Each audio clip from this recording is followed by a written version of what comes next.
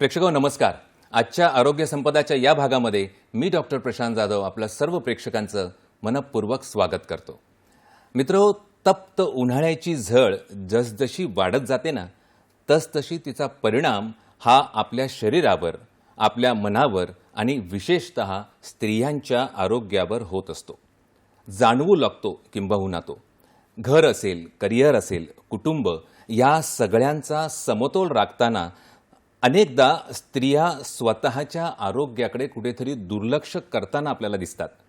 पण प्रश्न मुळात नेमका असा आहे की आपण उन्हाळ्यात स्वतःची योग्य काळजी घेतो का? आणि आजार टाळण्यासाठी असेल आपण किती सजग असतो, किती सतर्क असतो? आणि तिसरी महत्त्वाची गोष्ट म्हणजे गरज पडल्यास आरोग्याचा आपण उपचाराचा विचार किंवा तशा पद्धतीने आपली पावले पुढे जातात की नाही? याच अत्यंत महत्त्वाच्या विषयावरती आज आपण इथे चर्चा करणार आहोत. आजचा आपला विषय आपण स्क्रीनवर पाहू शकता. आजचा आपला विषय आहे उन्हाळ्यातील स्त्री आरोग्य, प्रतिबंध आणि उपचार यांचा समतोल. उन्हाळ्यातील स्त्री आरोग्य, प्रतिबंध आणि उपचार यांचा समतोल. मित्रो, या अत्यंत महत्त्वाच्या अशा विषयावरती आपल्याला मार्गदर्शन करण्यासाठी आपल्यासोबत इथे आज स्टुडिओमध्ये उपस्थित आहेत या विषयाच्या तज्ज्ञ व स्त्रीरोग प्रसूती तंत्र तज्ज्ञ पोद्दार आयुर्वेदिक महाविद्यालयाच्या doctor Amrita Mishra madam. Madam, आपलं मनपूर्वक आजच्या आरोग्य संपदाच्या या भागामध्ये मी स्वागत करतो सर्वांच्या वतीने.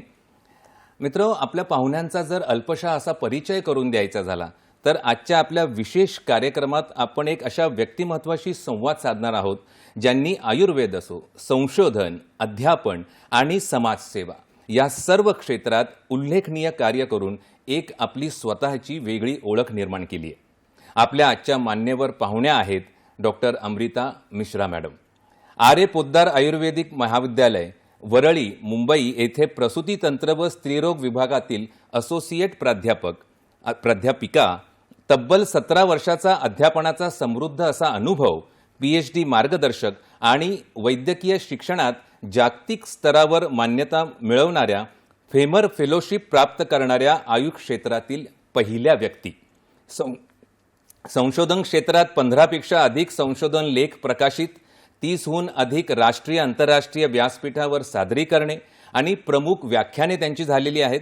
तर दुसरीकडे एक संवेदनशील चिकित्सक असे म्हणून सुद्धा 50,000पेक्षा अधिक रुग्णांवर यशस्वी उपचार, विशेषतः वंध्यत्व आणि स्त्री रोगामध्ये उल्लेखनीय कार्य त्यांचे आहे. समाजाशी नाळ जपणाऱ्या डॉक्टर अमृता मॅम या विश्व आयुर्वेद परिषद महाराष्ट्र राज्याच्या उपाध्यक्षा म्हणून त्या काम पाहतात आणि महाराष्ट्र राज्याच्या महिला सेलच्या पूर्व अध्यक्षा म्हणूनही त्यांनी कामगिरी पार पाडलेली आहे.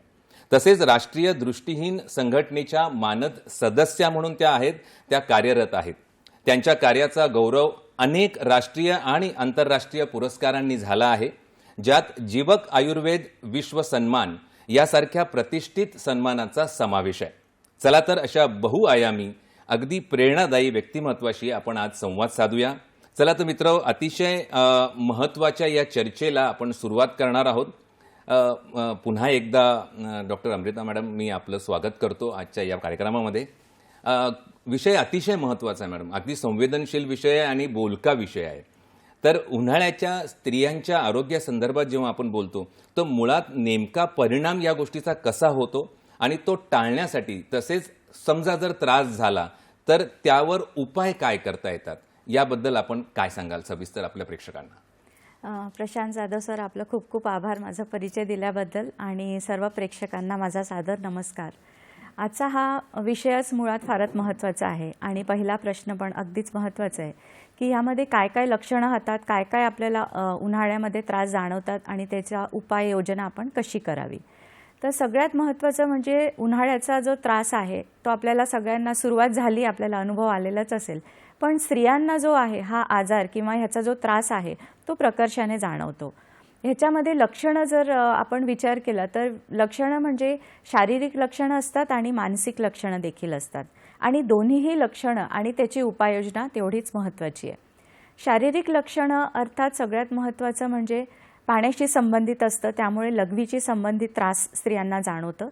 जसं ओटीपोटामध्ये दुखणे, लघवी करताना त्रास होणे किंवा लघवी करत असताना व्यवस्थित न होणे, थांबल्यासारखी लघवी जाणवणे, तिथे जळजळ होणे, जननांगामध्ये खाज येणे, तसेच ओटीपोटामध्ये दुखणे, त्रास होतो. लघवी करताना जास्त प्रमाणात ओटीपोटात दुखत असतं.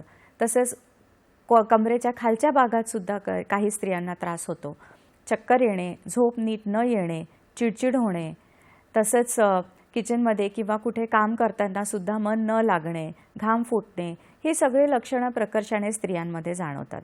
आता बरेचदा स्त्रिया कामामध्ये व्यस्त असताना आपल्या कुटुंबाकडे जास्त लक्ष द्यायची आपली प्रवृत्ती असते, त्यामुळे काही लक्षणांकडे दुर्लक्ष होतं.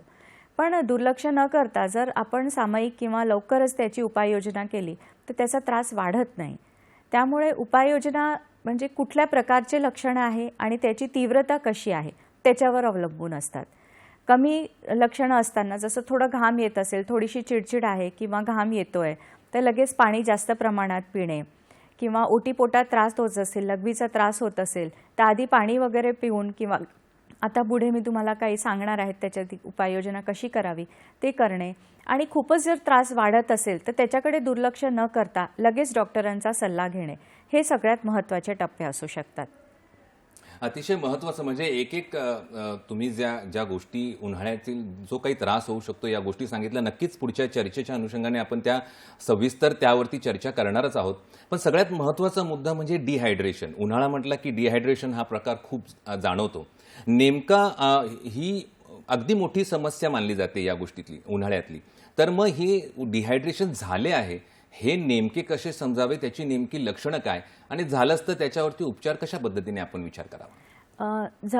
ह्याच्याबद्दल आपण सविस्तर विचार करू. सगळ्यात महत्त्वाचं याला टाळता कसं येणार, म्हणजे उपचार करण्याऐवजी जर आपण ते होऊ न दिलं किंवा त्याच्यासाठी आधीच उपाययोजना केली तर हे खूप जास्त फायद्याचं ठरू शकेल. त्यामुळे उन्हाळ्यामध्ये सगळ्यात जास्त पाणी किती पिणे हे बऱ्याच लोकांना कळत नाही. आपण अधूनमधून जेव्हा तहान लागते तेव्हाच पाणी पिलं जातं, पण त्याच्यापूर्वीच जर आपण रोज 2 ते 3 लिटर पाणी अत्यंत महत्त्वाचं असतं, शरीरासाठी आवश्यक असतं. उन्हाळ्यामध्ये जास्त प्रमाण कदाचित वाढू शकतो. 3 लिटरपेक्षा जास्त जर पाणी पिलं तर बऱ्यापैकी हा त्रास आपल्याला होणारच नाही. किंवा जर झालं तर त्याचे लक्षणं म्हणजे काय की एकतर घाम खूप येतो, चक्कर येतात, आणि चक्कर आल्यानंतर कधीकधी चक्कर येऊन लेडीज पडू पण शकतात, BP अत्यंत कमी होतो, आणि झोप येत नाही नीट, चिडचिड होते, काम करण्याची इच्छा होत नाही, किचनमध्ये गेल्यास असं वाटतं की कशाला आता थोडंसं पडून राहावं, सकाळी उठण्याची इच्छा होत नाही बरेचदा, आणि कधीकधी ताप पण येतो, अंग गरम राहणे, घाबरल्यासारखं होणे, धडधड होणे छातीत, हे प्रामुख्याने लक्षणं जाणवतात. आणि जर तीव्रता वाढली, वेळोवेळी जर याची आपण उपाययोजना केली नाही तर युरिनरी ट्रॅक इन्फेक्शनमध्ये याचा प्रादुर्भाव होऊ शकतो. BPचे प्रकर्षाने जे पेशंट्स असतात त्यांच्यामध्ये हा त्रास जास्त प्रमाणात होऊ शकतो, आणि BP वाढणारा जरी आपण औषध घेत असो तरी ह्या उन्हाळ्यामध्ये फ्लुइड लॉस जास्त प्रमाणात होऊन BP लो होऊन चक्कर येऊन पडण्याची जास्त शक्यता असते. त्यामुळे अल्प प्रमाणात लक्षणं असतानाच आपण त्याची उपाययोजना करावी. आणि चक्कर वगैरे सारखे लक्षणं होताना जर आपण पाणी पिणे किंवा आहारामध्ये आपण जे फळं असतात, कलिंगड आहे किंवा मोसंबी आहे, अशी फळांचा प्रादुर्भाव करणे, लिंबू सरबत आहे किंवा नारळ पाणी आहे याचा अंतर्भाव करावा. आणि सगळ्यात महत्त्वाचं स्वस्त आणि सगळ्यात उत्तम उपाय म्हणजे पाणी. 2.5 ते 3 लिटर पाणी जर आपण अंतर्भाव केला रोजच्या आपल्या दिनचर्येमध्ये तर बऱ्यापैकी ही समस्या किंवा हा जो प्रॉब्लेम आहे हा होत नाही. ह्याच्या तीव्र लक्षणं म्हणजे युरिनचं इन्फेक्शन, खूप जास्त प्रमाणात जळजळ होणे, लघवी करताना त्रास होणं जसं मी तुम्हाला आधी सांगितलं, आणि जननांगांमध्ये इन्फेक्शन. बऱ्याचदा काय होतं की ह्या दोन्ही इन्फेक्शन्सला आपण एकत्रित विचार करत नाही, पण लघवीचं इन्फेक्शन झाल्या त्याचा परिणाम किंवा त्याचा जो इफेक्ट होतो हा जननांगांमध्ये रूपांतरित होऊ शकतो, किंवा जननांगांमध्ये जर इन्फेक्शन असेल आणि आपण योग्य स्वच्छता न पाळता किंवा ओलसरपणा जर झालं तर त्याचं रूपांतर युरिन इन्फेक्शनमध्ये होऊ शकतं. सोबतच कपड्यात कुठल्या प्रकारचे आपण कपडे घालतो ह्याचा पण महत्त्वाचा एक टप्पा आहे. हे बहुतेक आपण पुढच्या आपल्या प्रश्नांमध्ये घेऊया. पण हलके कपडे, कॉटनचे कपडे घालणे, सिंथेटिक कपडे टाळणे, नॉनव्हेज किंवा असे तेलकट मसाल्याचे पदार्थ यांच्यापासून जर हे न वापरता आपण साधं जेवण केलं, ताजं जेवण केलं, किंवा शिळं असलेलं जे भात असतं, डाळ असते किंवा भाजी चपाती हे टाळून ताजं जेवण करणे, आणि असे सगळे जर आपण उपाय जर आपण पालन केलं ह्याचं, तर बऱ्यापैकी आपण उन्हाळ्याचा त्रास टाळू शकतो. म्हणजे डिहायड्रेशन अगदी तुम्ही खरं सांगितलं की योग्य पद्धतीने ते मांडलं की प्रतिबंधात्मक उपाय त्याबद्दल जर घेणार म्हणजे टाळणं हेच मला वाटतं उपचारापेक्षा कधीही श्रेष्ठ ठरेल आणि तेच महत्त्वाचा मुद्दा आहे. आणि एक डिहायड्रेशनची जर आपण काळजी घेतली होणार नाही याची, तर नक्कीच अनेक गोष्टी पुढच्या टाळल्या जाऊ शकतात. अगदी महत्त्वाचं होतं मॅडम ते. मग तसं जर विचार करायचा झाला तर की काम करणाऱ्या महिला आहेत किंवा गृहिणी आहेत, या दोघांच्या एक साधारण वेगवेगळ्या प्रकारच्या समस्या आपल्याला जाणवतात. मग त्यासाठी साधारण प्रतिबंधात्मक आपण काय सांगाल आणि उपचारात्मक काय आपला सल्ला असेल? प्रतिबंधात्मकमध्ये बऱ्याचशा ज्या गोष्टी आहेत त्या आपल्या घरीच असतात, पण आपल्याला प्रॉपर माहिती नसल्यामुळे कदाचित आपण त्याचा उपयोग करत नाही. आपण सगळ्यात आधी तर पाण्याचा वापर मी सांगितलं 2.5 लिटर 2 लिटर 3 लिटरपेक्षा जास्त जर आपण पाण्याचा इंटेक वाढवला तर त्याच्याने बऱ्यापैकी टाळू शकतो. दुसरं म्हणजे काही पदार्थ असतात किचनमध्ये, ज्याला आपण म्हणतो की किचन एक प्रकारचं आपलं एक छोटंसं क्लिनिक असतं. तर किचनमध्ये बऱ्याचशा अशा गोष्टी असतात ज्याचा जर आपण वापर केला, जसं जिरं आहे, बडीशेप आहे, धने आहे, ह्याचं जर आपण पाणी केलं, सपोज 1 चमचा धने, 1 चमचा जिरं आणि 1 चमचा बडीशेप, याचा आपण मिक्सरमध्ये एक भरड तयार करून ते पाणी आपण किचनमध्ये रात्रभर भिजत ठेवायचं स्वच्छ पाण्यामध्ये आणि ते पाणी आपण दिवसभर थोडं थोडं पीत राहिलं तर त्याच्यामुळे पण सुद्धा हा जो प्रमाण असतो इन्फेक्शनचा, ऊन लागण्याचा, ह्याच्याशी आपण संरक्षण करू शकतो. त्याच्याशिवाय नारळ पाणी हे एक अतिउत्तम असा औषधच म्हणता येईल की जे उन्हाळा लागल्यावर किंवा त्याच्यापासून संरक्षण होण्यासाठी सुद्धा नारळ पाणीमध्ये आपण लिंबू, थोडीशी साखर आणि मीठ याचा जर वापर केला तर त्याच्यापासून पण, नारळ पाणी नसेल घरी कदाचित तर लिंबू आपण वापरू शकतो. लिंबू आणि धने आहे हे आपण पाणी करून, लिंबूमध्ये पाणी आणि मीठ महत्त्वाचं आहे ह्याच्यामध्ये, चिमूटभर मीठ आणि थोडीशी साखर याचा जर आपण वापर केला किंवा त्रास होत असेल तरी आपण जर ह्याचा उपयोग केला तर त्याच्याने संरक्षण पण होऊ शकतं आणि त्रास झाल्यास त्याच्यापासून आपल्याला एक औषधोपचार म्हणून पण म्हणता येईल. सोबतच आपण जे फळं असतात, जसं कलिंगड आहे, खरबूज आहे किंवा मोसंबी आहे, असे जे मोसमी फळं असतात त्याला आता आपल्याला मार्केटमध्ये हे असतात, किंवा द्राक्ष आहे, याचा पण भरपूर उपयोग केला पाहिजे. आणि तेलकट मसाल्याचे जे पदार्थ आहेत किंवा भाज्या असतात, तर्रीच्या भाज्या असतात, खूप मसाला असलेला किंवा आपल्याकडे घरगुती मसाला असतो त्याचा आपण वापर करून भाज्या करतो, किंवा बेसनाचे पदार्थ आहेत, किंवा एक खूप महत्त्वाचं जे मला सांगावंसं वाटते म्हणजे दही आपल्याला सगळ्यांना माहिती आहे की खूप चांगलं असतं, पण कुठल्या प्रकारचं दही, कुठल्या प्रकारचा ताक वापरावा जेणेकरून आपल्याला त्रास होणार नाही आणि संरक्षण होणार. तर ताजं दही जे असते किंवा रात्री लावून सकाळी वापरलेला जे दही, तयार झालेला दही आहे किंवा त्यापासून तयार केलेला ताक आहे त्याचा उपयोग केला पाहिजे. बरेचदा आपण दही मार्केटमधून आणतो किंवा तयार करून 2-2, 3-3 दिवस फ्रीजमध्ये ठेवतो आणि त्याच्यानंतर त्याचा उपयोग करतो, तर त्याच्याने फायदा न होता त्रास वाढू शकतो किंवा त्याच्यामुळे जे आहे ते बॅक्टेरियाज खूप जास्त प्रमाणात झालेले असतात आणि त्याच्यामुळे ॲसिडिटी होणे किंवा ते व्यवस्थित पचन न होणे असा त्रास होऊ शकतो. सोबतच जे पॅक्ड पदार्थ असतात किंवा बाहेरून आपण यंगस्टर्स आहेत किंवा लेडीज वर्किंग वुमेन आहेत, ते बाहेर वर्किंग असतात, तर भूक लागली असते किंवा तहान जाणवलं तर बाहेरून कोल्ड्रिंक घेऊन पिणे किंवा मार्केटमध्ये स्टॉल्सवर सरबत वगैरे मिळत असतं, तर त्याचा उपयोग आपण न केलेलं बरं. कारण त्याच्यामध्ये कुठल्या प्रकारचं पाणी वापरलेलं आहे किंवा त्याच्यात केमिकल्स असतात, तर त्याच्यापासून पण आपल्याला डिहायड्रेशन किंवा त्रास होऊ शकतो, पोटाचं इन्फेक्शन होऊ शकतो. म्हणून हे आपण टाळलं पाहिजे. बाहेरचं चायनीज असेल किंवा कुठले पण पॅकेट्स फूड असेल त्याचं आपण टाळलं पाहिजे, कारण उन्हाळ्यामध्ये जास्तीत जास्त प्रमाणात त्रास होतो. म्हणून शक्यतोवर घरचं जेवण, ट्रॅव्हल जरी तुम्ही करत असाल तर फ्रूटसोबत टिफिनमध्ये कॅरी करू शकता, डाळिंब कॅरी करू शकता किंवा पाणी जास्त प्रमाण, लिंबू पाणी कॅरी करू शकता. तर छोटं आपलं घरचं जे स्नॅक्स आहे ते आपण कॅरी करू शकू, जेणेकरून डिहायड्रेशन पण होणार नाही आणि आपल्याला ग्लुकोज चक्कर वगैरे पण येणार नाही.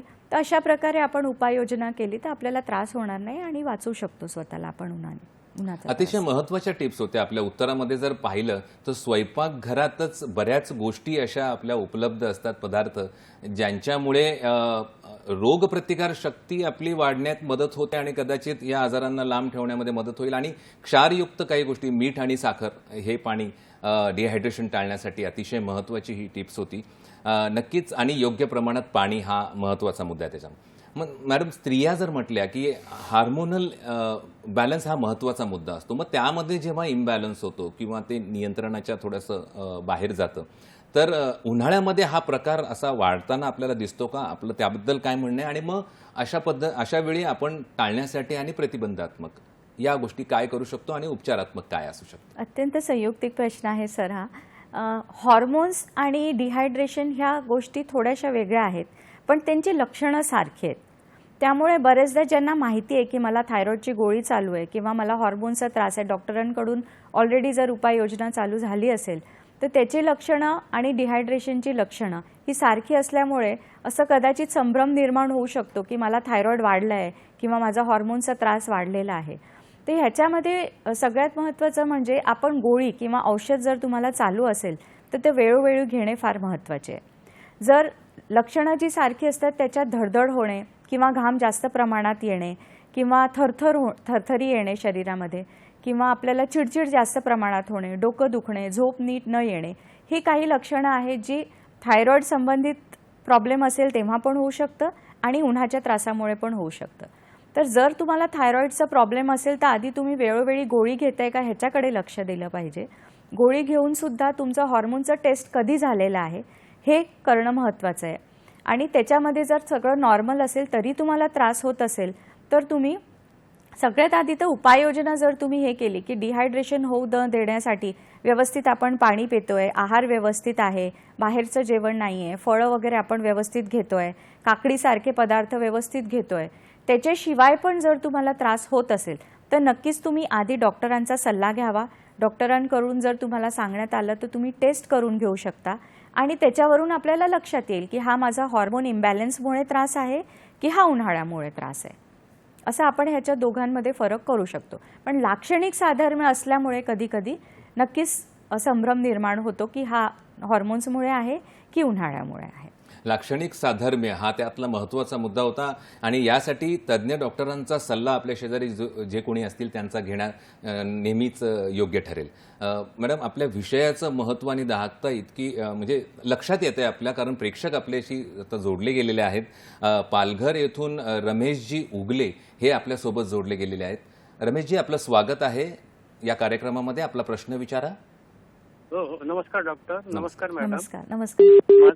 माझा प्रश्न असा आहे की एप्रिल मे महिना जरी सुट्यांचा कालावधी असला तरी या काळामध्ये काही मुलं मुली हे क्लासला म्हणा, ट्युशनला म्हणा, पायी सायकलवरून जातच असतात. बरोबर.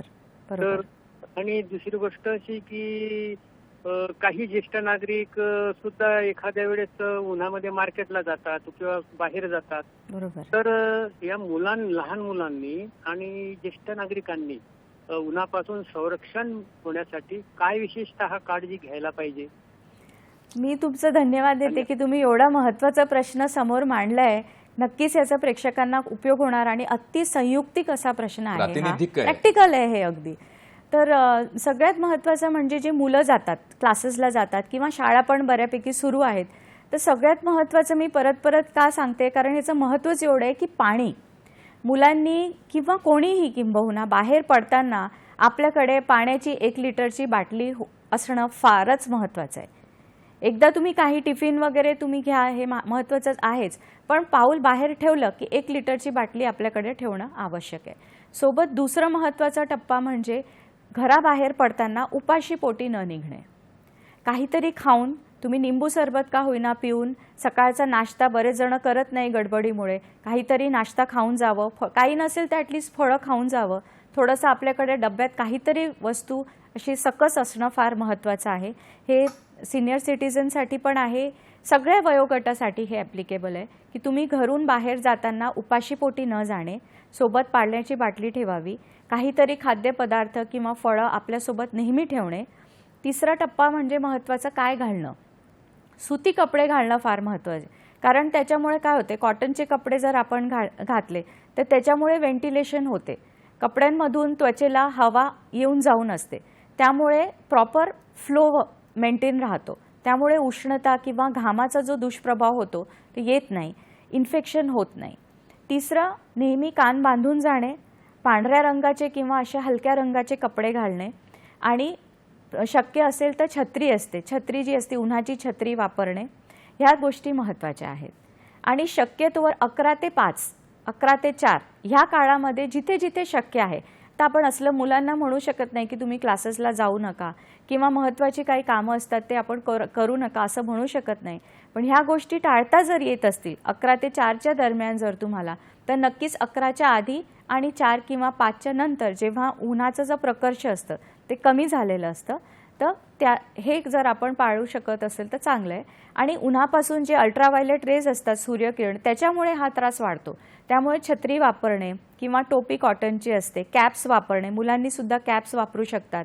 बाकी जे वयोवृद्ध आहेत त्यांनी पण काहीतरी कपडा किंवा गमछा असेल ते वापरणे, छत्री वापरणे, पाणी पिऊन राहावं, लिंबाचं सरबत वगैरे किंवा ताक ताजं, मी आधी सांगितलं जसं की ताज्या दहीचं ताक पिऊन जर आपण घरातून निघणं किंवा कैरीचं पन्हा, हे पण चांगलं. हे पण बॉटलमध्ये मुलं कॅरी करून घेऊन जाऊ शकतात शाळेत म्हणा किंवा कुठे प्रवासाला जायचं असेल. आता उन्हाळ्यामध्ये बरेच जण सुट्ट्यांसाठी बाहेर पण जातात, प्रवास पण असतो बसमध्ये, ट्रेनमध्ये, तर त्यासाठी पण ही उपाययोजना जर केली तर आपण स्वतःचं आणि आपल्या परिवाराचं, कुटुंबाचं संरक्षण करू शकतो. अतिशय महत्त्वाचं होतं ते आणि अगदी सोप्या भाषेमध्ये आपण समजावून सांगितलं प्रेक्षकांना की कोणती काळजी आपण साधारण 11 ते 5चा जो तुम्ही कालावधी सांगितला त्यावेळी मध्यान्हावरती सूर्य असतो आणि उन्हाची झळ जी आहे ती सगळ्यात जास्त पोहोचते. अशा वेळी संरक्षणात्मक काही उपाययोजना करणं, स्कार्फ आहेत, कॅप्स आहेत आणि छत्री आहे, अशा काही गोष्टींचा वापर नक्कीच त्याचा लाभदायक ठरतो. प्रेक्षक, आपण पाहता उन्हाळ्यातील स्त्री आरोग्य या संदर्भात आपण चर्चा करत आहोत आणि अतिशय महत्त्वाचे विशेष कंगोरे आपण अजून उलगडून पाहणार आहोत. पण आता इथे वेळ झाली एका छोट्याशा विश्रांतीची. कुठेही जाऊ नका, पाहत राहा आपला आवडता कार्यक्रम आरोग्य संपदा.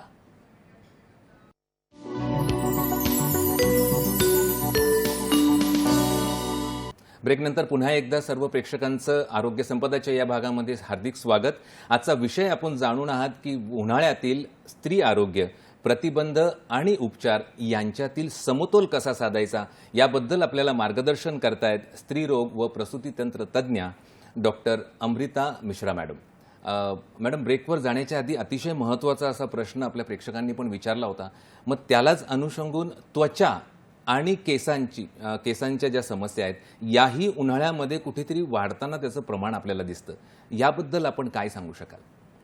केसांचा आणि त्वचेचा डायरेक्ट संपर्क, एक तर 2 प्रकारे याची उपाययोजना आपण करू शकतो. सगळ्यात महत्त्वाचं म्हणजे आहार. आपण काय खातोय याचा परिणाम शरीराच्या प्रत्येक अवयवावर होत असतो. त्वचा असो, केस असो किंवा कुठलाही आपला अवयव असो, त्याचा परिणाम आहाराशी संबंधित निगडीत असतोच. त्यामुळे सकस असा आहार सेवन करणे बरंच महत्त्वाचं आहे. बरेचदा उन्हाळ्यामध्ये भूक कमी लागते. भूक कमी लागल्यामुळे कदाचित आहारामध्ये किंवा आहार सेवनाचा जो प्रमाण आहे तो कमी होतो आणि त्यामुळे दुर्लक्षित होत असल्यामुळे त्वचेवर त्याचा परिणाम होतो आणि केसांवर परिणाम होतो. आता अशा वेळेस जे फळं असतात, भूक जरी नाही लागली तरी लिंबू पाणी, लिंबूचा भरपूर प्रमाणात उपयोग करणे, पुदिना, कोथिंबीर याचा प्रमाण, आणि जे फळं असतात, फळं खाण्याची इच्छा पण निसर्गानेच आपल्या बॉडीला असं घडवलं असते की आपल्याला स्वतःच पाण्याशी संबंधित किंवा पाण्याची प्रचूर मात्रा असलेले असे फळ खायची इच्छा होत असते. त्यामुळे आपण कलिंगड आहे किंवा खरबूज, मी आधी सांगितल्याप्रमाणे फळांचा जास्तीत जास्त उपयोग करावा. आणि एकाच वेळेस खूप जास्त जेवण जरी आपल्याला इच्छा होत नसेल तरी काही थोड्या वेळाने थोडं आहाराचं सेवन करत राहणं फार महत्त्वाचं आहे. तर 10 वाजता थोडंसं आपण नाश्ता केला किंवा अंकुरित धान्य याचं आपण थोडं सेवन केला, मूग, मटकी, मोड आलेले धान्य त्याचं सेवन, कांदा, टोमॅटो वगैरे घालून, शुष्क जरी असेल ते किंवा सुकं जरी असेल तरी त्याचा, काकडी आहे ह्याचं जास्तीत जास्त प्रमाणात, थोडीशी ओली सुकी भेळ करून पण खाता येते. म्हणजे बरेचदा इच्छा होत नसेल तर आपण ह्या गोष्टींचा अंतर्भाव करू शकतो. आणि ह्याच्यामुळे कसे त्वचा पण चांगली राहते. त्वचेमध्ये पण जे दुष्प्रभाव असतात अल्ट्राव्हायलेट रेजचं ते परत पडत नाही, कारण त्वचेची स्वतःची इम्युनिटी असते, शरीराची इम्युनिटी असते, रोगप्रतिरोधक क्षमता असते. तर त्याच्यासाठी आहार व्यवस्थित घेणे आणि वेळोवेळी सकस आहार घेणे महत्त्वाचं आहे. आता दुसरं म्हणजे विहार. विहारमध्ये तुम्ही कसं वागता मॅडम हा किंवा आपण या गोष्टीला पुढे नेऊयाच, पण प्रेक्षक आपल्याशी पुन्हा जोडले गेलेले आहेत. रुपेशजी गुजराती आहे, सिन्नरवरून आपल्याशी जोडले गेलेले आहेत. त्यांचं उत्तर झाल्यानंतर आपण पुन्हा या प्रश्नाकडे येऊया. रुपेशजी, आपलं स्वागत आहे आजच्या कार्यक्रमात. आपला प्रश्न विचारा. रुपेश गुजराती बोलतो मी, नाशिक सिन्नर. माझा प्रश्न असा आहे की ज्या स्त्रीला 2-4 महिन्याचं बाळ आहे, तर मॅडम म्हणताय की आपण साधारण ताक, दही असे थंड पदार्थ घ्यावे. मग त्याचा बाळाच्या आरोग्यावर काही परिणाम होऊ शकतो का? आणि मग त्यासाठी दुसरा असा प्रश्न की मग रात्रीचा आहार कसा असावा त्यांचा, जेणेकरून आणि सर्वांसाठीच म्हणजे जे, आणि काही स्त्रियांना किंवा सर्वांना गार पाण्याने आंघोळ करण्याची सवय असते या दिवसात. मग त्यांनी कसे कंट्रोल करावे किंवा मग त्यापासून कसं हे करावं याबद्दल. आणि फ्रीजच्या पाण्याने सर्दी होते, खोकला होते, तर मग कशा पद्धतीने हे सर्व सविस्तर सांगा. आपला प्रश्न आमच्या लक्षात आला, त्याचा ओघ लक्षात आलेला आहे. नक्कीच आपण हे उत्तर घेऊया. अतिशय महत्त्वाचा असा प्रश्न आहे. मॅडम काय सांगाल? धन्यवाद आपल्या प्रश्नाबद्दल. लहान बाळ जरी असेल तरी ताजं दही आणि ताजं ताक जर फ्रीजमध्ये ठेवलेलं नाहीये, ताजं घरी तयार केलेला ताक आणि दही असेल, त्याच्यामध्ये जिरं आहे किंवा थोडीशी फोडणी घेऊन जर लेडीजनी खाल्लं तर त्याच्याने काही दुष्परिणाम होत नाही. दुसरा प्रश्न म्हणजे आंघोळ. तर आंघोळ उन्हाळ्यामध्ये थंड पाणी म्हणजे कसं आहे की रूम टेम्परेचरवर जो साधा आपलं पाणी असतो त्याच्यानी जर आंघोळ केली आणि जो तुम्हाला आधीपासून त्याचा जर त्रास होत नसेल, कोणाकोणाला कसं ॲलर्जी असते किंवा मुळातच थंड पाण्याचा त्रास होत असेल, तर अशा वेळेस टाळू शकतो. पण अदरवाईज उन्हाळ्यामध्ये रूम टेम्परेचरवर पाण्याने जर 2दा आंघोळ केलीच पाहिजे, मी तर असं म्हणणार. सकाळच्या वेळेस आणि संध्याकाळी किंवा रात्री झोपताना नॉर्मल टेम्परेचरचं किंवा जर तुम्हाला सहन होत असेल तर कदाचित थोडंसं कोमट पाण्याने आंघोळ केलीच पाहिजे, कारण घामाचं प्रमाण जास्त असतो. घामाचं प्रमाण असल्यामुळे जर घाम साचलं स्किनमध्ये तर त्याच्याने काय होतं की पुरळ येतात, खाज सुटते. कदाचित त्याचं उपाययोजना केली नाही तो त्रास वाढू शकतो. त्यामुळे जर 2 टाईम आपण डेटॉल किंवा असं निर्जंतुक करून किंवा व्यवस्थित साबणाने आंघोळ केली तर हा जो एक प्रकार असतो जो आपण म्हणू शकतो की हीटमुळे जे स्किन प्रॉब्लेम्स होतात त्याच्याने आपल्याला संरक्षण होऊ शकते. त्यामुळे 2 टाईम जर आंघोळ केली तर हे चांगलं आहे. ह्याच्यानी डायरेक्ट कुठलाही दुष्परिणाम शरीरावर होत नाही. पण तुम्ही जर आजारी आहे, तुम्हाला ताप आहे किंवा कुठल्या प्रकारचं इन्फेक्शन झालं आहे, खूप सिव्हिअर कोरडा खोकला झालेला आहे किंवा असं काही छातीचं इन्फेक्शन झालं आहे, तर अशा वेळेस आपण उपाययोजना करू शकतो. पण सर्वसाधारण लोकांनी 2 वेळा जर उन्हाळ्यात आंघोळ केली तर ह्याचा फायदाच होतो, ह्याचं नुकसान होत नाही. आणि गरोदर लेडीजने सुद्धा की व्यवस्थित आहारामध्ये काकडी, टोमॅटो, कांदा, लिंबू आणि अशा प्रकारचे पदार्थ किंवा मोड आलेले धान्य आहेत याची भेळ तयार करून किंवा ताजं वरण भात तूप टाकून लिंबू अशा सगळ्या पदार्थांचं सेवन केलं, हिरव्या पालेभाज्या आहेत, ह्याचं सेवन करणं महत्त्वाचंच आहे. आणि दुसरं यांनी विचारलं होतं की रात्रीचं जेवण. तर रात्रीचं जेवण पण एरवीसुद्धा खूप जास्त गरिष्ठ पदार्थ जसं आपण म्हणतो की खूप तेल मसाल्याची तर्रीची भाजी आहे किंवा फोडणी असलेलं बिर्याणी किंवा अशा प्रकारचे नॉन व्हेजिटेरियन फूड आहेत, त्याला आपण टाळलंच पाहिजे. आणि उन्हाळ्यात मुळातच पचनशक्ती कमी असते आणि आपण कसं रात्रीच्या वेळेस लगेच जेवण करून कामं करत नाही, युजली झोपतात, त्यामुळे शरीराची हालचाल होत नाही, म्हणून हे पदार्थ पचायला त्रास होतो. त्यामुळे खिचडी सारखे पदार्थ आहेत, खिचडी आहे किंवा सॅलड आहे, अशा किंवा सूप आहे, कोथिंबीरचं सूप आपण करू शकतो, कॉर्नचा उपयोग करू शकतो. तर हलके पदार्थ, सुपाचे पदार्थ आणि मेन म्हणजे ताजेत घरी तयार केलेले जे आहारद्रव्य आहेत ह्याचा आपण उपयोग रात्रीच्या वेळेस सुद्धा केलं पाहिजे. अगदी उत्तरामध्ये आपण सविस्तर सगळ्या गोष्टी सांगितल्या, पण त्याच्यामध्ये अजून एक महत्त्वाचा मुद्दा होता की आंघोळ 2 वेळा करणं, पण ते कोमट पाण्याने. मग थंड पाण्याने हा एक त्यांचा मुद्दा होता की थंड पाण्याने आंघोळ करतात आणि फ्रीजमधलं पाणी, याबद्दल आपण काय सांगा? फ्रीजमधलं पाणी तर मी नाहीच म्हणणार, कारण फ्रीजमध्ये कसं आहे की थंडीमुळे काही बॅक्टेरियाज आहेत त्याला ग्रोथ होण्यास मदत होते. त्यामुळे पाणी माठात ठेवलेलं पाणी जे आहे ते आपल्या जुन्या काळापासून जे आपण वापरत आहोत, पण माठाचं पाणी वापरताना सुद्धा काही गोष्टींकडे आपण लक्ष दिलं पाहिजे की माठ स्वच्छ पाहिजे. बरेचदा माठामध्ये खाली गाळ जमा झालेली असते आणि लोक महिनोमहिने त्याला साफ करत नाही, त्याच्यातच पाणी भरून त्याचा उपयोग केला जातो, तर त्याच्यामुळे पण इन्फेक्शन होऊ शकते. त्यामुळे स्वच्छ माठामध्ये ताजं भरलेलं पाणी किंवा दुसऱ्या दिवशी वापरलेलं पाणी ह्याला असं थंड झालेलं असतं, त्यामुळे ते पाणी वापरणं महत्त्वाचं आहे. फ्रीजमध्ये ठेवलेलं 2-2, 8-8 दिवस कधी पाणी ठेवलेलं असतं आणि तेच आपण पाण्याचं जर गरमीच्या अनुषंगाने उपयोग करत असू तर त्याच्याने घशाचे आजार किंवा थ्रोट इन्फेक्शन होण्याची शक्यता असते, त्यामुळे ते आपण टाळलं पाहिजे. आणि एसीचा वापर? एसीचा वापर आता कसं आहे की उन्हाळ्यामुळे टेम्परेचर मेंटेन असणं आवश्यक आहे.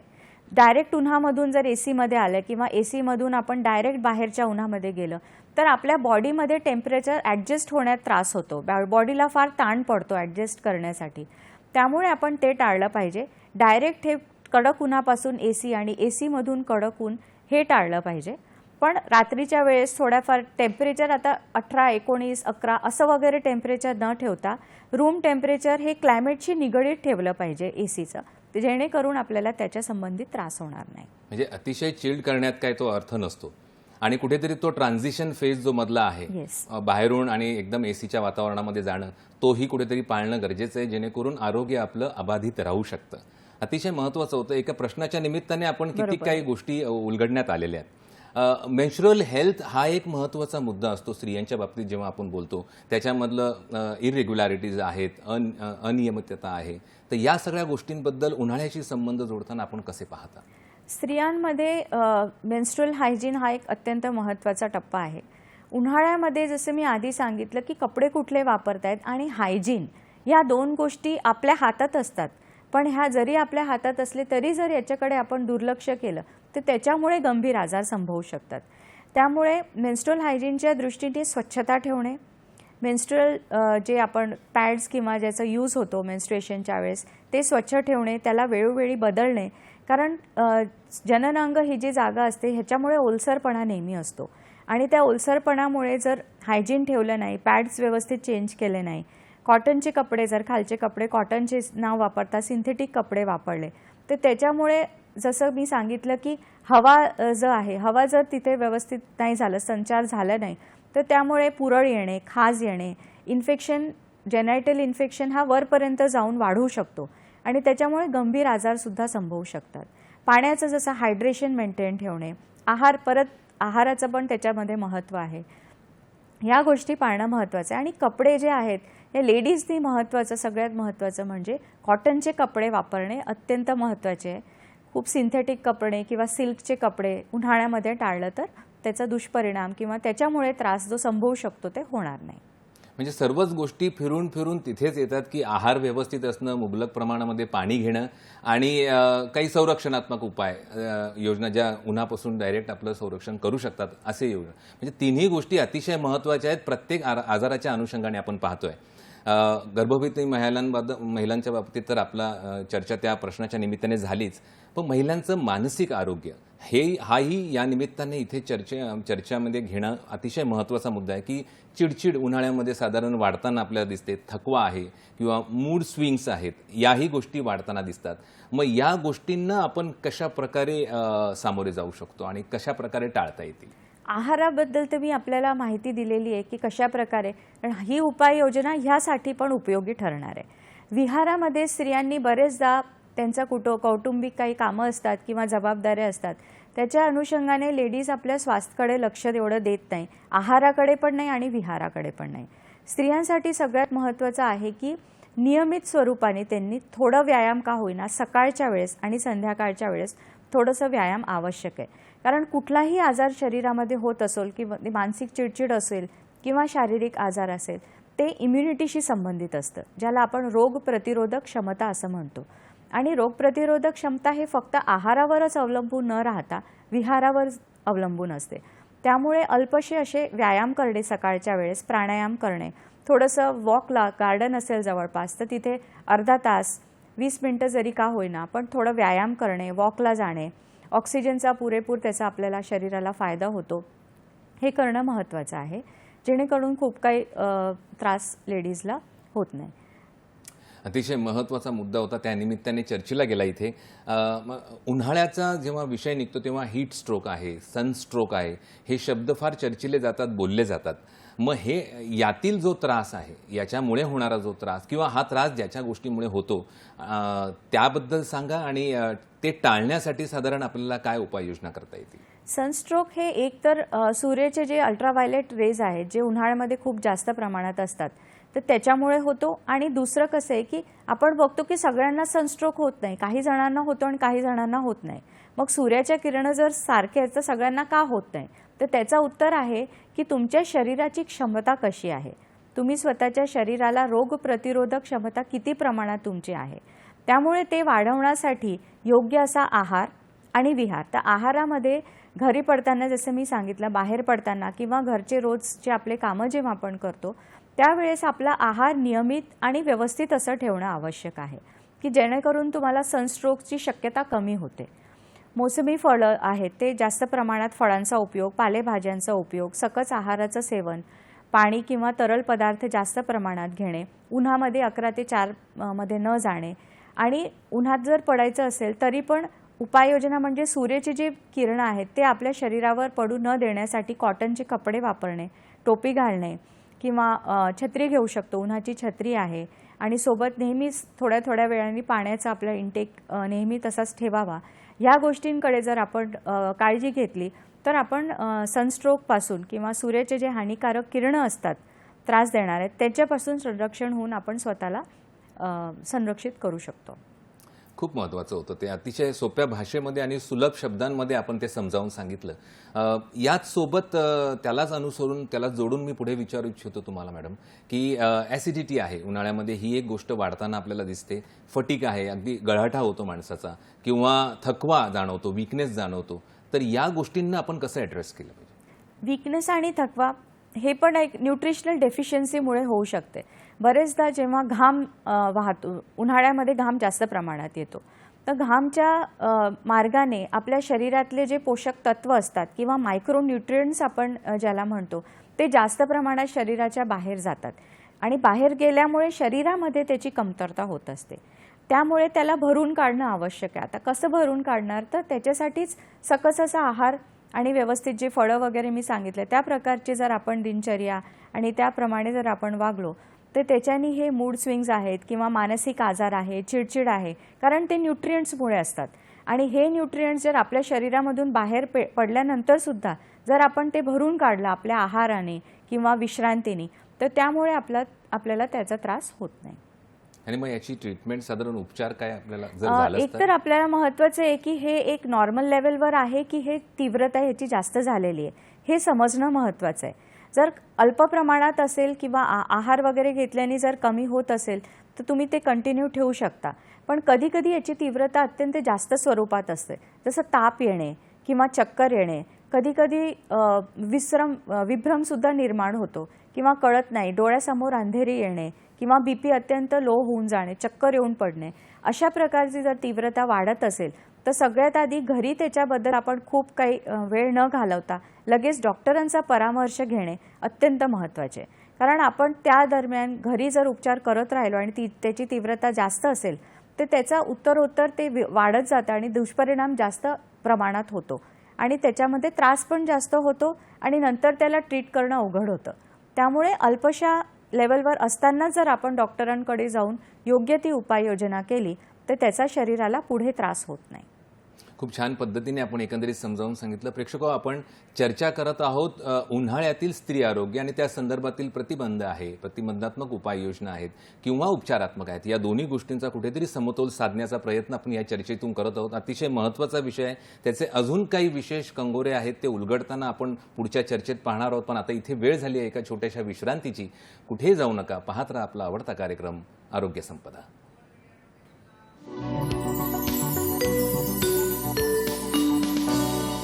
ब्रेकनंतर पुन्हा एकदा आरोग्य संपदाच्या या भागामध्ये सर्व प्रेक्षकांचं मनपूर्वक स्वागत. आजचा विषय आपण जाणून आहात उन्हाळ्यातील स्त्री आरोग्य, प्रतिबंध आणि उपचारात्मक त्यातली समतोल हा कसा साधायचा याबद्दल आपण चर्चा करत आहोत. आणि आपल्याला तज्ज्ञ मार्गदर्शिका म्हणून जे इथे लाभलेल्या आहेत त्या स्त्रीरोग व प्रसूतीतंत्र तज्ज्ञ doctor Amrita Mishra madam. Madam, अनेक गोष्टी आपण चर्चेत आल्या, अनेक आजारांबद्दल आपण चर्चा केली या भागामध्ये. त्यामध्ये युरिनरी इन्फेक्शन हा एक महत्त्वाचा मुद्दा आहे आणि त्याच्यातली अनेक वेळा त्याच्यामध्ये एमर्जन्सी असतात.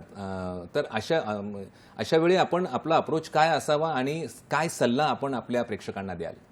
युरिनरी इन्फेक्शन झालं आहे हे सगळ्यात आपण बघूया की हे कसं माहीत होणार की मला युरिनरी इन्फेक्शन झालं आहे. ह्याचे काही विशेष अशी लक्षणं असतात. कारण आपण आधी चर्चा केलेली आहे. आता ह्याची कारणं आपण जे आहे की पाणी कमी पिणे किंवा स्वच्छता न ठेवणे ही सगळे कारणं आहेत. लक्षणं जर आपण बघितलं तर सगळ्यात आधी लघवी साफ न होणे. बरेचसे पेशंट्स आमच्याकडे येतात, आता त्याचं प्रमाण पण वाढत आहे की लघवी स्वच्छ होत नाही किंवा लघवी झाल्यानंतर पण असं जाणवते की आतमध्ये आहे, व्यवस्थित लघवी झालेली नाही आहे. दुसरं म्हणजे जळजळ होणे, लघवी करताना जळजळ होणे किंवा लघवीच्या आधी आणि नंतर जळजळ होणे, या कुठलाही प्रकारचा त्रास होऊ शकतो. दुसरं म्हणजे याची तीव्रता जर अजून वाढली, उपाययोजना जर व्यवस्थित नाही झाली तर ओटी पोटात दुखणे. ओटी पोटात दुखत असतं, लघवी करताना ओटी पोटात दुखत असतं किंवा कंटिन्यू त्याच्यामध्ये पेन होत राहणं ओटी पोटामध्ये, आणि कमरेच्या खालच्या भागामध्ये दुखणं किंवा चिकट पाणी जाणं, अशी सगळी लक्षणं. कारण काही काही लक्षणं युरिन संबंधित असतात आणि त्याचा उपचार न केल्यानंतर जननांगामध्ये त्याचं संक्रमण झाल्याची लक्षणंसुद्धा आपल्याला दिसून येतात. अजून तीव्र स्वरूप जर ह्याचे ट्रीटमेंट केलं नाही तर थंडी वाजून ताप येणे, हा लक्षण म्हणजे काटे येणार, अंगावर काटे येणार आणि परत तीव्र स्वरूपाचा असा ताप, अशी सगळी लक्षणं युरिनरी ट्रॅक इन्फेक्शनमध्ये दिसून येतात. बोला मॅडम. उपाययोजना जर याबद्दल विचार केला आपण तर सगळ्यात आधी तर दुर्लक्ष न करणे हा सगळ्यात मोठा उपाय आहे. आणि थोडंफार जर त्रास होत असेल तर त्या दरम्यान आपण घरगुती उपचार न घेणे, डायरेक्ट आधी डॉक्टरांचा सल्ला घेणे. कारण कमी स्वरूपात असताना जर ट्रीटमेंट घेतलं तर त्याचा जो उपशय आहे तो चांगल्या प्रकारे रिझल्ट येतो.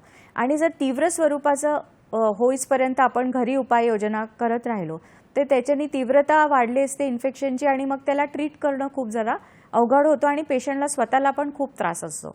तर त्यामध्ये डॉक्टरांचा परामर्श घेऊन त्यांनी सांगितल्याप्रमाणे जे औषधी असतात, कधी अँटीबायोटिक्सची गरज असते किंवा कधी तुम्हाला काही हायजीन संबंधित काही परामर्श दिला जातो, काही सिरप्स दिले जातात, तर त्याचं वेळोवेळी त्या उपचाराचं पालन करून आपण स्वतःची काळजी घेऊ शकतो. खूप महत्त्वाचं होतं ते, अतिशय महत्त्वाचं आणि अगदी सोपं करून आपण एकंदरीत समजावून सांगितलं या गोष्टी. कारण घरगुती उपाय कुठे थांबवावेत आणि कुठे वैद्यकीय सल्ला आपला तज्ज्ञ डॉक्टरकडून घ्यावा हे समजणं अतिशय महत्त्वाचं आहे. पुन्हा आपल्याशी प्रेक्षक जोडले गेलेले आहेत. मंगलाताई या पुण्याहून आपल्याशी जोडले गेलेले आहेत. मंगलाताई, आपला प्रश्न विचारा. हा, नमस्कार. नमस्कार. माझा प्रश्न ऐकू येतोय? येस येस, मला येतोय. फक्त असं विचारायचं आहे. हा, नमस्कार. माझा प्रश्न ऐकू येतोय? हा येतोय. चाळीच्या लाह्या जर पाण्यात आदल्या दिवशी भिजत घातल्या तर ते पाणी पिणं कितपत योग्य? आणि कोरफडीचा जर आपण कोंडा होऊ नये म्हणून तो लावला तर तोही कितपत योग्य? कुठलं पाणी म्हटलं तुम्ही? पाण्याबद्दल काय प्रश्न होता आपला? चाळीच्या लाह्या पाण्यात घालायच्या आणि ते पाणी पिणं. अच्छा. हा. आणि दुसरं? आणि कोरफडीचा गर आपण कोंडा होणे म्हणून लावतो. तिसरी गोष्ट म्हणजे आपण ओला टॉवेल करून जर अंगावर भिजवला ज्याला ताप येतो त्यांना, तर ते कितपत योग्य आहे? म्हणजे गार वाटतं आणि तापही जातो. आपला प्रश्न लक्षात आला. मॅडम, काय सांगाल? साळीच्या लाह्या चांगल्या असतात, हलक्या असतात, त्याला आपण नाश्त्यामध्ये अंतर्भूत करू शकतो आणि हे चांगलं आहे, पोषक असतं आणि पचायला पण हलकं असतं. त्यामुळे गरोदर असो किंवा गरोदर नसलेल्या किंवा कॉलेज गोईंग सगळ्याच वयोगटाला हे आपण त्याच्यामध्ये काहीही संशय न ठेवता त्याचं आपण सेवन करू शकतो. कोरफडीचं गर जे आहे ते पण एक हर्बल रेमेडी आहे. त्याला केसांमध्ये लावल्याने काहीही हरकत नाही आहे. आपण व्यवस्थित त्याचा उपयोग करू शकतो आणि त्याला एखादा तास ठेवून त्याच्यानंतर आपण शॅम्पू करू शकतो किंवा तुम्ही नुसत्या पाण्याने सुद्धा धुवू शकता. हे पण अगदी सेफ आहे, याच्यामध्ये काहीही प्रॉब्लेम नाही आहे. आणि तिसरं तुम्ही म्हटलं की ओला टॉवेल. ओल्या टॉवेलनी आता बरेचदा याच्यामध्ये असे की जर ताप असेल तर कुठल्या प्रमाणात ताप आहे. बरेचदा पेशंट्स टेम्परेचर थर्मामीटरनी मोजत नाही आणि फक्त ताप आहे म्हणून त्याची उपाययोजना घरच्या घरी चालू करतात. तर हे संयुक्तिक नाही आहे, ह्याच्यामुळे त्रास वाढू शकतो. त्यामुळे कुठला टेम्परेचरपर्यंत आहे ताप आणि त्याच्यानंतर ते वापरायचं की नाही वापरायचं. हाय ग्रेड जर फिवर आहे, खूप जास्त तीव्र ताप आहे, 102 वगैरे आहे, तर अशा वेळेस डॉक्टर परामर्श किंवा आम्ही सांगत असतो की ओला टॉवेलनी तुम्ही अंग पुसून काढा. पण कमी आहेत, 100पर्यंत जर फिवर आहे आणि फक्त ताप आहे, बाकी काही त्याचं प्रॉब्लेम नाही आहे, तर ओल्या टॉवेलनी पुसायची फारशी काही गरज नाही आहे. अगदी बरोबर आहे. आणि त्यालाच अनुषंगून मी विचारू इच्छितो की काही विदर्भसारख्या किंवा महाराष्ट्रातल्या काही विशिष्ट भागामध्ये खिशामध्ये कांदा ठेवण्याची पण प्रथा आहे उन्हापासून संरक्षण. तर साधारण याच्याबद्दल काय प्रकाश टाकाल? कांदा ठेवण्यापेक्षा कांद्याचं सेवन जास्त संयुक्तिक आहे असं मी म्हणेल. त्याच्याबद्दल डायरेक्ट काही संशोधन झालेलं नाही आहे की कांदा ठेवल्याने उन्हापासून किंवा सनस्ट्रोकपासून संरक्षण होतो. पण आता हे कसं आपण फोक रेमेडीज असं म्हणतो, ज्या ज्या ठिकाणी काही काही प्रचलित असतात ते केल्याने तसंही काही हार्म नाही आहे. पण असं नाही की कांदा ठेवला आणि बाकी काहीच उपाययोजना आपण केली नाही, तर असं करू नये. तुम्ही ते उपाय करा, पण त्याच्यासोबत बाकी गोष्टींचं सुद्धा लक्ष द्या, कारण त्याच्यावरच आपण अवलंबून राहून आपल्याला काहीही त्रास होणार नाही असं आपण नाही समजू शकणार. म्हणजे पारंपरिक गोष्टी आणि कुठेतरी अतिशय गरजेच्या आणि अगदी वैद्यकीय सल्ला या दोन्ही गोष्टींचं समन्वय कुठेतरी साधणं महत्त्वाचं आहे. नक्कीच मॅम, आपल्याकडे वेळ अतिशय कमी, आपण चर्चेच्या शेवटच्या टप्प्यावर आहोत. तर त्वचेसंदर्भात काही गोष्टी असतात, म्हणजे पुरळ वगैरे येणं, तर ही उन्हामुळे आहे, ही कशी समजावी, आणि केस गळणं वगैरे साधारण या गोष्टीचा उन्हाळ्याशी काही संबंध आहे का? त्वचेमध्ये बरेच प्रकारचे आजार असतात. तर काही जणांना बरेच आधीपासूनच हिस्ट्री असते की काय एक्झिमा आहे किंवा सोरेसिस आहे, अशा प्रकारचे जे आजार आहेत ते त्याचा डायरेक्ट उन्हाशी संबंध नाही आहे. पण शरीरामध्ये पोषक तत्वाची कमी झाल्यामुळे किंवा हायड्रेशन कमी झाल्यामुळे किंवा त्याचा सूर्याशी संपर्क असल्यामुळे ते वाढू शकतात. काही असे आजार आहेत की जे उन्हामुळे होतात, जसं त्वचावर कधीकधी ओलसरपणे पुरळ येतात, लाल पुरळ येतात. ते उन्हामध्ये कोणाकोणाला उन्हाची एलर्जी असते, तर त्याला एलर्जिक रॅश म्हणून तो त्रास होऊ शकतो. कधीकधी पाणी कमी पिल्याने सुद्धा हायड्रेशन कमी झाल्यामुळे त्वचा कोरडी पडते. कोरडी पडल्यामुळे त्याच्यामध्ये खाज सुटते, तर ते पण आपण म्हणू शकतो की हे उन्हाळ्याचा त्रास आहे.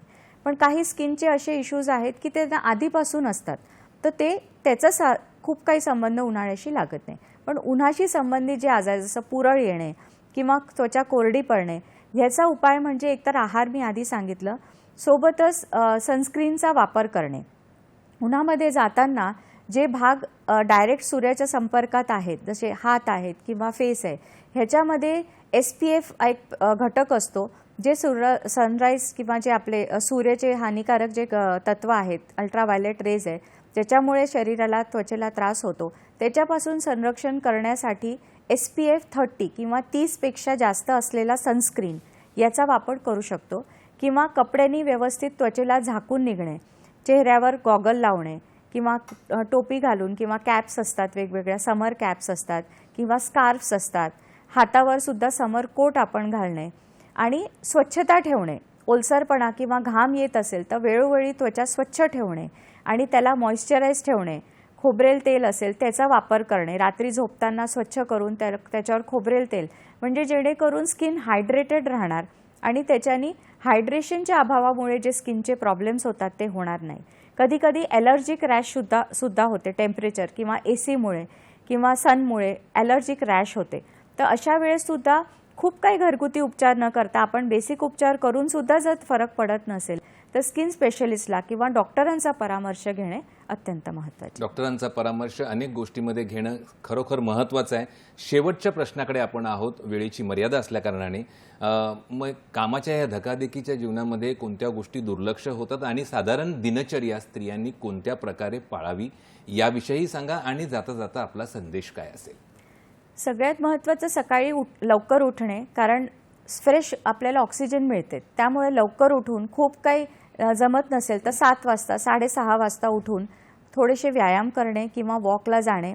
त्याच्यानंतर हायड्रेटेड पाणी भरपूर प्रमाणात पिणे सकाळच्या वेळेस उठून. त्याच्यानंतर योग्य असा सकस नाश्ता जे हलकं असणार, त्याच्यात खूप तेलकट मसाल्याचे पदार्थ न वापरता पोहे, उपमा किंवा असा हलकं नाश्ता करणे. फळाचा पुरेपूर प्रमाणात उपयोग करणे. वेळोवेळी अर्ध्या 2-2, 3-3 तासांनी थोडं थोडं खात राहणे. खूप काही 10-10, 8-8 तास काही न खाणे असं न करता थोड्या वेळाने आहाराचं सेवन करणे. परत स्वच्छता पाळणे, सूर्यापासून संरक्षण करणे. 11 ते 4 ते 5 या काळामध्ये घराबाहेर शक्यतोवर टाळणे. घरून बाहेर जाताना पाणी सोबत ठेवणे. उपाशी न राहणे, स्वच्छता पाळणे, असे सगळं आपण जर पालन केलं, 2 वेळा अंघोळ करणे आणि कॉटनचे कपड्याचा वापर करणे, अशा गोष्टींचं जर आपण गोष्टींकडे लक्ष दिलं तर सनस्ट्रोकपासून किंवा उन्हाळ्याच्या त्रासापासून नक्कीच आपलं संरक्षण करू शकतो.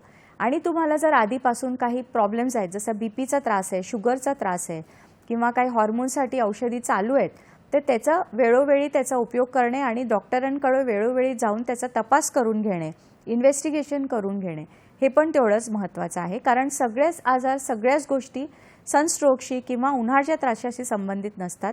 तर फक्त आपण गैरसमज करू नये की जरी आपला आधीचा त्रास वाढत असेल तरी ते फक्त उन्हामुळे झालेलं आहे असं न समजून डॉक्टरांचा वेळोवेळी परामर्श घेऊन त्या अनुषंगाने आपण उपाययोजना करणे फार महत्त्वाचं आहे.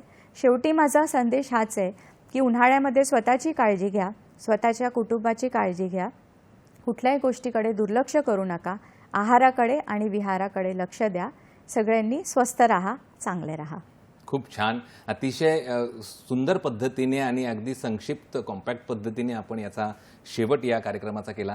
प्रेक्षक, आपण पाहिलं की उन्हाळ्याची तीव्रताही आपल्याला टाळता येत नाही, पण त्या झळांपासून स्वतःचं संरक्षण हे मात्र नक्कीच आपण करू शकतो आणि मार्गदर्शन त्या निमित्ताने आपल्याला मॅडमने दिलेलंच आहे. अगदी समजायचं तर स्त्री ही केवळ कुटुंबाची काळजी घेणारी नसून ती स्वतःच्या आरोग्यासही जबाबदार आहे आणि ती जबाबदारीही तिने तितक्याच समक्षपणे ती पेलली पाहिजे. म्हणजे महत्त्वाचं म्हणजे काय, आपल्याला लक्षात आले आज मार्गदर्शनातून की प्रतिबंध हीच पहिली पायरी आहे आणि योग्य घेतलेले उपचार या विश्वासाचा आधार घेऊन नक्कीच उन्हाळ्याशी आपण कुठे ना कुठे लढू शकतो, ही गोष्ट आज आपल्याला चर्चेतून लक्षात आली आहे. मॅडम, आपण आज इथे आलात आणि आम्हाला अतिशय सुलभ आणि अगदी सोप्या भाषेत जे मार्गदर्शन केलं त्याबद्दल मी आमच्या तमाम प्रेक्षकांतर्फे आपलं मनपूर्वक आभार मानतो. आपण इथे आल्याबद्दल खरोखर धन्यवाद. प्रेक्षको, आता वेळ झाली इथेच थांबण्याची, कारण वेळेची मर्यादा आहे. तर पुन्हा भेटूया आपण आरोग्य संपदाच्या नवीन भागामध्ये एका नवीन विषयासह नवीन तज्ज्ञांसोबत. तोपर्यंत स्वस्थ रहा, मस्त रहा, आनंदी रहा. नमस्कार.